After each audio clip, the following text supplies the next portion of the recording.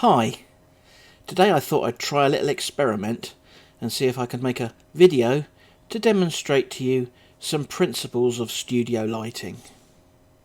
So since we're locked down, I thought I would welcome you to my virtual studio.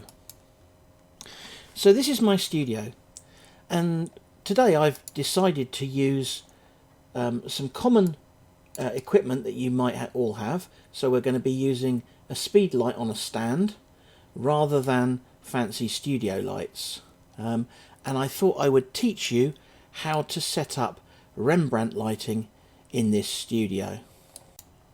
Now some of you might be asking yourself, what on earth is Rembrandt lighting? So let's take a look at a picture from Rembrandt himself. So this is a self-portrait done by Rembrandt.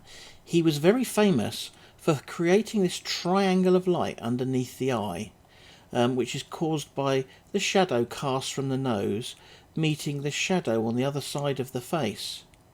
Apparently he had a studio with a light coming through a window in a particular way that used to cast this shadow a lot. It works well with men because it's very dramatic. It's not quite so flattering on females, and it kind of calls for a dark background, so that's what we're going to do. Let's take a look at the camera settings. I've got the shutter speed set to 1/25th of a second to make it sync with the speed light, and I've got the aperture set to f10 to give me a little bit more depth of field. I'm not worried about the background going out of focus. I don't need that because it's black. There's nothing there to distract, and I really don't want any part of his head or ears going out of focus, so that kind of makes sense. Next thing we're going to do is play with the light. So if we look at this light at the moment, it's fairly high powered at the moment, but we have got a fairly a small aperture, so it needs a fair bit of light. It's a bit bright at the moment when we get a bit closer like that.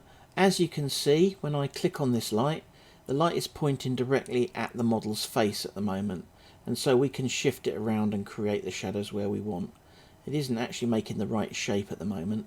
Now what's important with Rembrandt lighting, if I tip this up and we look, what we're really looking for is to bring the light around to about 45 degrees to the model to create that shape.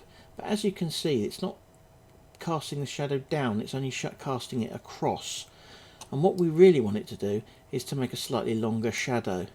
Now if you start moving the light up and down, you'll see that we can actually do this by changing the height of the actual light. So if I bring the light up so that we're about 45 degrees to the model and about 45 degrees above the model, okay, so fairly high light at about 45 degrees.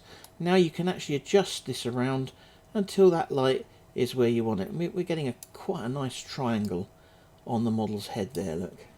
You can see this light casting, and we've got the triangle under the eye.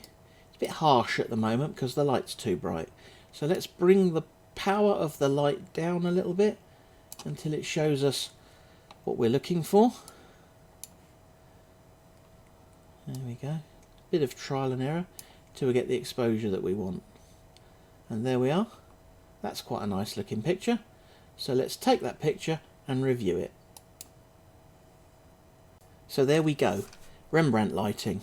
A nice triangle under the eye and a nice dark background. We can still see the attributes of the suit, so it's still quite a clear portrait.